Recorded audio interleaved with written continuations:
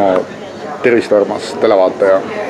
Täna ma istun jälle lennujaamas ja plaan on sõita Küprosele läbi Istanbuli. Rõõmustav uudis on see, et lennuk jälle hilineb. Minuga on kaasas minu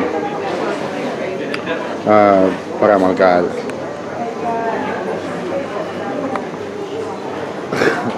Merje ja minu vasakul käel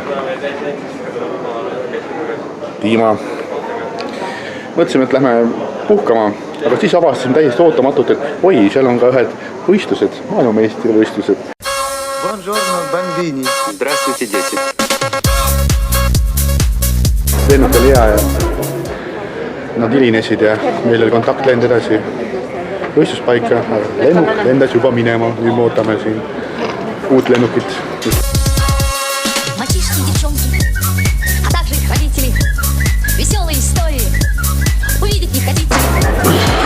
Ühesõnaga pagasid on kadunud, kus on võistlusriided, söögid, kõik, see on normaalne.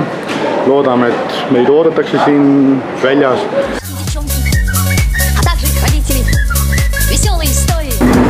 Meie ebaõnne jama jätkub. Ja siuke värk veel, et see pagas ikkagi on Istanbulis, lennuk tuleb kell 1, kui me tahame saada need kõik asju kätte, kus on.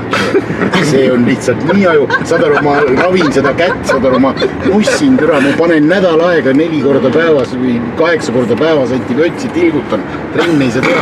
Nüüd mu käsi on enam-vähem korras, ma tulen siia ja kohver on kadunud, saad aru, ma ei jõua registreerimisse reist. Sai oma kaalu sisse ja kaal oli 58,2.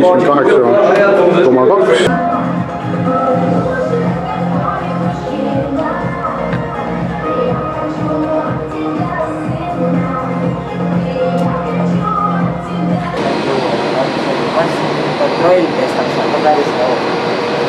Ei saa istuda selle kuradi ilma tooli peal. Meie saatus näitab seda, et ärge minge sinna lavale, ärge minge sinna võistlema.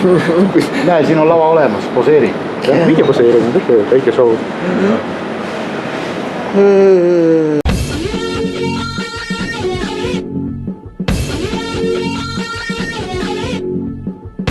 Ja tuli välja, et takso kihutab suure hooga hoopis valest suunas.